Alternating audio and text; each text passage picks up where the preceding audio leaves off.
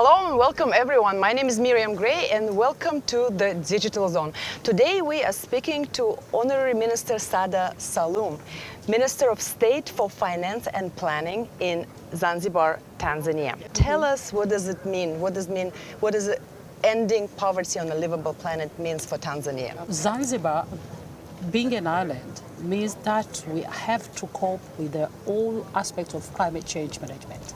And that, first and foremost, for people to actually live in Zanzibar, have to have adequate access to food.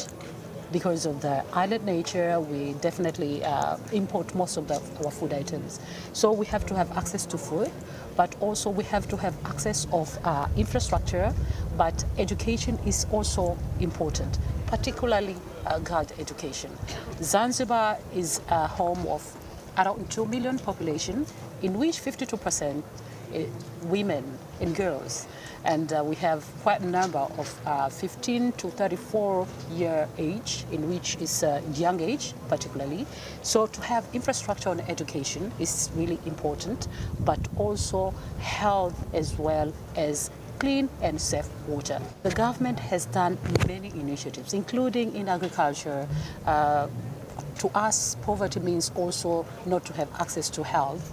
To us, poverty means not to have access to education.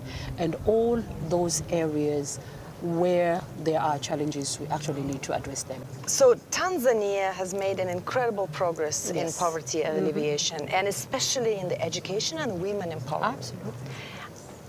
What advice do you have for other countries in these two areas? Women empowerment has to be across all the sectors. When you empower women, not only you empower her to have access of economic means, but also the society behind her. We have what we call the blue economy. The blue economy means that we have to take advantage of the resources surrounding us. We have quite a substantial number of women engaging in seaweed farming. In which the government is believed that to enhance those women engage themselves in seaweed farming means that you are also enabling other societies. And we have around 50,000 women in that.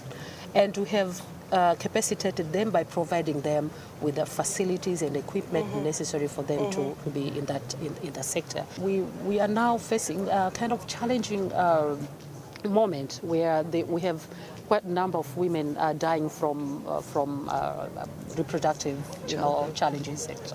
But to have met this, we have constructed around 11 district hospitals in Zanzibar, which have not been there. And that is in a span of only 1 year.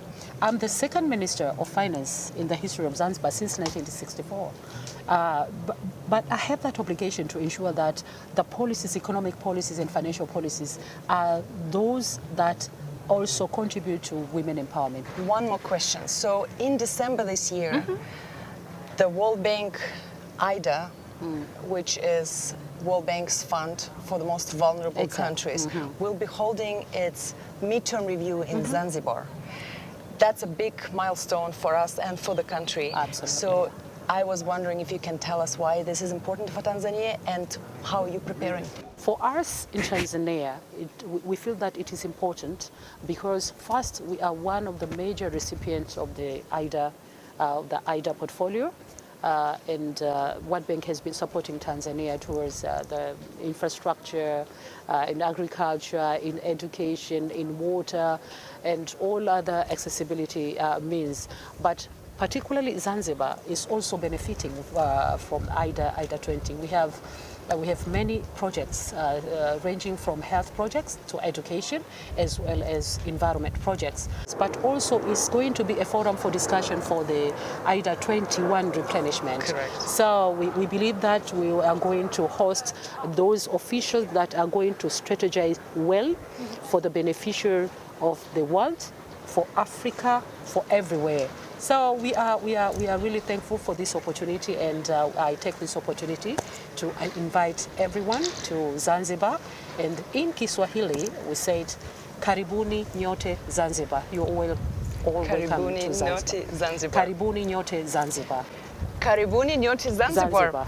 Thank you very much for being with us today.